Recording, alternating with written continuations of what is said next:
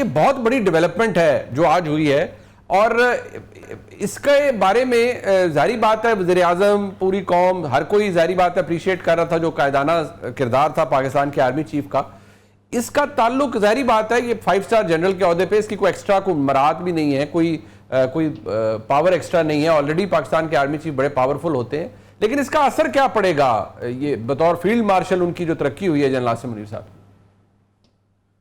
देखिए, 2-3 चीजें हैं। एक तो ये जो इनिशिएटिव है ये जामियातुर रशीद के वो सरबराह हैं, उनका नाम है मुफ्ती अब्दुल रहीम साहब। वो बड़े बुजुर्ग शख्सियत हैं और बड़ी नामवर और बुजुर्ग शख्सियत है, और पाकिस्तानी सोसाइटी के अंदर भी और अफवाज पाकिस्तान के अंदर भी उनका बड़ा एहतराम किया जाता है। तो ये उनकी प्रपोजल थी, और ये 15 मई को हमने इसके ऊपर एक वीलॉग भी किया था कि जनरल आसिम मुनीर साहब को फील्ड मार्शल बनाया जा रहा है, और ये प्रपोजल तस्लीम कर लिए गवर्नमेंट ने।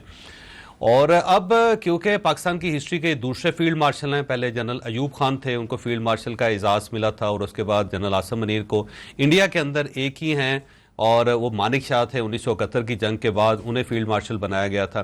फील्ड मार्शल के कुछ फ़ायदे भी होते हैं। एक तो ये वाहिद ओहदा होता है कि जो रिटायर नहीं होता, यानी कि फील्ड मार्शल कभी रिटायर नहीं होता और ता हयात वो यूनिफॉर्म में रहता है। तो एक तो जनरल आसिम मुनीर साहब जो ता हयात यूनिफॉर्म में रहेंगे, कभी रिटायर नहीं होंगे। लेकिन साथ साथ मुझे लगता है कि आर्मी एक्ट के अंदर कुछ तब्दीलियां भी करनी पड़ेंगी, क्योंकि जब फील्ड मार्शल बन जाता है तो एलिवेट हो जाता है, तो फिर आपको आर्मी चीफ नया बनाना पड़ता है। तो मुझे लगता है कि अब इसके अंदर कोई तब्दीली की जाएगी कि जो ये आर्मी चीफ के इख्तियारात जो वो भी इस्तेमाल करेंगे। लेकिन साथ जाहिर है एक एजाज़ की बात है और बड़ी इनके लिए मेरा ख्याल फ़ख्र की बात है, और एक ऐसे शख्स के लिए फ़ख्र की बात है कि जैसे जब DJISI था तो इमरान खान साहब ने उन्हें बड़ा डिसग्रेस करके उनको रिमूव किया था एतवार के दिन, और फिर जनरल बाजवा साहब ने कहा था कि आप कम अज़ कम इतना ज़रूर करें कि इनको बुलाएं, चाय पिलाएं और बड़ी मोहब्बत से रुखसत करें। तो इमरान खान साहब ने इससे भी साफ इनकार कर दिया था, और एक दिन के नोटिस पे कहा गया था कि इनको आपने हटाना है। तो ये पहले तारीख के DJISI थे जिन्हें इस तरह डिसग्रेस करके रिमूव किया गया था।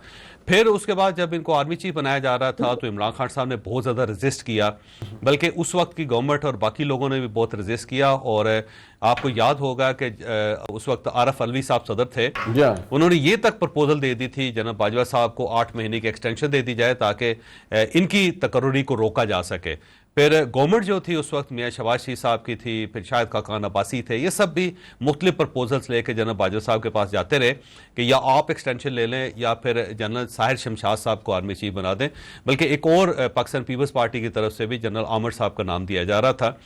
लेकिन इसके बावजूद भी ये रिटायरमेंट के 2 दिन पहले ये आर्मी चीफ बने, और इनकी तकर्रुरी को रोकने के लिए इमरान खान साहब ने बड़े लॉन्ग मार्च भी किए, अगर आपको याद होगा। फिर जब ये आर्मी चीफ बने तो उस वक्त भी बड़ा इनके खिलाफ साजिशें भी की गई, और इनके जो अख्तियारात थे उनको सलब करने की कोशिश भी की गई। इवन इनको नुकसान पहुंचाने के लिए 9 मई के वाकयात भी हुए।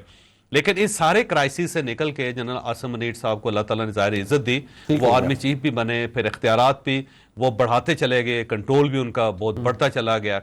फिर सबसे पहला जो इंटरनेशनल लेवल पे इनका एक्सपोजर हुआ, जिस पे दुनिया ने बड़े गौर से इनकी तरफ देखना शुरू किया और ये महसूस किया कि ये एक डिफरेंट आदमी है, वो ईरान के ऊपर मिसाइल का हमला था। जब ईरान ने पाकिस्तान पे मिसाइल हमले किए और उसके बाद जब जनरल आसिम मुनीर साहब ने जब उसका जवाब दिया, तो ये पहला अरसे बाद ईरान की तरफ एक जवाब था जो दुनिया में किसी मुल्क ने दिया था, और वो भी उनका ब्रादर इस्लामी मुल्क। तो उसके बाद फिर बड़े आर्टिकल इनके बारे में लिखे गए। फिर जब ये जंग का मामला शुरू हुआ 22 अप्रैल के बाद, तो उसमें इनकी कायदाना सलाहियतें खुलकर सामने आई, और जिस तरह इन्होंने 10 तारीख को पाकिस्तान का दिफा किया और जिस तरह 7 तारीख को इन्होंने किया, मेरा ख्याल है ये एजाज़ बड़ा छोटा है इस सारे मामले के आगे, क्योंकि ये वाकई हीरो बन के निकले हैं। साबित किया इन्होंने कि अगर एक इंसान के नर्व्स तगड़े हों तो वो अगर मुल्क छोटा भी हो तो बड़े मुल्क को नुकसान पहुंचा सकता है और उसको जमीन पर और वो चीज उन्होंने साबित भी मेरा ख्याल है उनके इतराफ है। बिल्कुल बिल्कुल साबित किया। मेरा ख्याल है उनके जो कंट्रीब्यूशन है उसका इतराफ है, उसका एक टोकन इतराफ है जी। ठीक। मदन साहब, आपके नजदीक in the middle of all this यकीनी तौर पर पाकिस्तान ने बड़ा डिसाइसिव विक्ट्री हासिल की है भारत के खिलाफ, रिवायती हरीफ के खिलाफ। उन बातों की को एक्नॉलेज मैं, आप, हम बतौर पाकिस्तानी हम सब करते हैं, और उसकी बड़ी अहमियत है और वो हाईलाइट भी होनी चाहिए। पाकिस्तान के अंदर बहुत कुछ हुआ है, बहुत कुछ आज भी हो रहा है। इसके ऊपर आप इस डेवलपमेंट को कैसे देखते हैं, कैसे रिफ्लेक्ट करते हुए देखते हैं?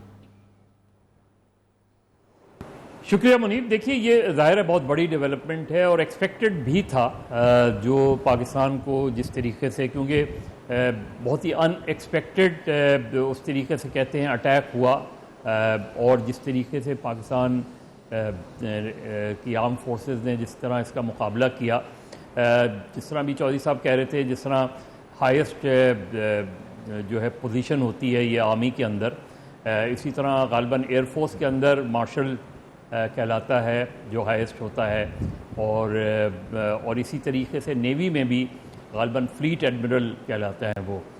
तो आसिम मुनीर साहब, और ये जो फील्ड मार्शल की पोजीशन दी गई है, क्योंकि ये उससे बहुत मुख्तलिफ है जो 59 में अयूब खान ने खुद हासिल कर रही थी, बिल्कुल। और क्योंकि ये पोजीशन आसिम मुनीर साहब ने खुद हासिल नहीं की, जो पोजीशन दी गवर्नमेंट ने, कैबिनेट ने, और ज़ाहिर एक ऐसे माहौल में दी गई कि पाकिस्तान के दिफा का जिस तरीके से उन्होंने वो किया, तो ये एक्सपेक्टेड था। और इसको हमें बिल्कुल उससे डिफरेंट अंदाज में, क्योंकि अयूब खान ने जिस तरीके से 58 में मार्शल लॉ लगाया और 59 में वो जो है फील्ड मार्शल बन गए, उसके बाद यकीनी तौर पे 65 की वॉर भी आई उसमें, लेकिन उसके बाद वो अपने आप को उन्होंने बहुत पोलिटिसाइज़ किया। पहले तो मार्शल लॉ लगा कर किया, क्योंकि सबसे पहले तो वो वज़ीर दिफा बनाए गए थे, जी बिल्कुल, as a sitting army chief. तो अयूब खान का फील्ड मार्शल बनना और जनरल आसिम मुनीर के फील्ड मार्शल बनने में बहुत फ़र्क है। ठीक है जी, और हमें वो फ़र्क बताना भी चाहिए जी, इसलिए कि उसके बाद उस पॉलिटिक्स के नतीजे में 62 में जो फिर आइन बना, उन्होंने अपना ही आइन बनाया, फिर उसके बाद बेसिक डेमोक्रेसी के तहत वो ख़ुद प्रेसिडेंट बने, फातिमा जिन्ना को हरवाया गया, और इतनी ज़्यादा डेवलपमेंट हुई कि अल्टीमेटली उनके ख़िलाफ़ एक पूरी भरपूर सियासी तहरीक चली, जिसके बाद जनरल याहिया खान ने, और जिस तरह भी चौधरी साहब कह रहे थे कि अब किसी को आर्मी चीफ भी बनाना पड़ेगा। उसकी वजह यह है कि अयूब खान ने भी बनाया था गालिबन अगर जनरल मूसा को, जी, और फिर बाद में जनरल याहिया खान आए, और याहिया खान ने, और फिर अयूब खान ने अपने ही आइन की वायलेशन करके जो है बजाय इसके कि स्पीकर को जो है वो देते, पावर्स देते, general Yahya Khan martial law लग गए।